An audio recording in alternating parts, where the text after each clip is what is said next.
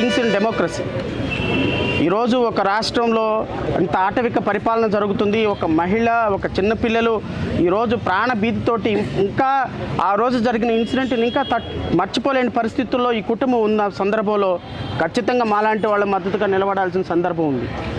సమాజం మొత్తం నిలబడాల్సిన సందర్భం ఉంది. పార్టీలకు అతీతంగా రంబడి రాంబాబు గారు ఒక న్యాయవాది.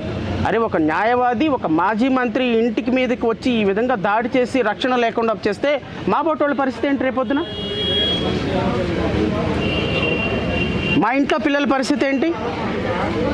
ఈ దేశాన్ని 45 సంవత్సరాల సీనియర్ పొలిటీషియన్ని, నేను లా అండ్ ఆర్డర్కి నా ప్రాణం ఇస్తానన్న ముఖ్యమంత్రి చంద్రబాబు నాయుడు గారు ఈ సంఘటన కనీసం ఖండించలేదు. మీరు ఆడపిల్లల మీద చిన్న ఈగ వాలితే ఎక్కడుంటే అక్కడికి నేను వస్తానన్న పవన్ కళ్యాణ్ కనీసం స్పందించలేదు, కనీసం ఖండించలేదు.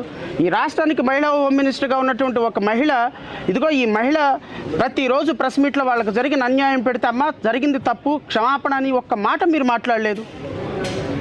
మళ్ళీ మీరు ప్రజల ముందుకు వచ్చి అబద్ధాలు, కళ్ళార్పకుండా అబద్ధాలు. మా ప్రభుత్వంలో లా అండ్ ఆర్డర్ అద్భుతంగా ఉంది. ఇదేనమ్మా లా అండ్ ఆర్డర్ మీ ప్రభుత్వంలో? ఈ అంశాన్ని రాజకీయం చేసి ఊరు వాడ ఫ్లెక్సీలు వేసి పూజ చేసుకోవడానికి వెళ్తున్నటువంటి వ్యక్తి మీద వేల మంది దాడి చేసింది మీరు. విచక్షణారహితంగా బూతులు మాట్లాడింది మీరు. ఆ వయసులో ఉన్నటువంటి ఒక వ్యక్తి మీద మీరు ఇబ్బందికరమైన పరిస్థితుల్లో వేల మంది దాడి చేసి పోలీసులతో దాడి చేయించి నిమ్మకు నీరెత్తినట్టు పోలీసులు మాకేం సంబంధం లేనట్టు అధికార పార్టీ యొక్క యంత్రాంగాన్ని, అధికార పార్టీ యొక్క ఆలోచనల్ని పూర్తి స్థాయిలో అమలుపరిచి మీరు ఈ రాష్ట్రంలో పోలీసులు ఏం సందేశం ఇద్దామనుకుంటున్నారండి?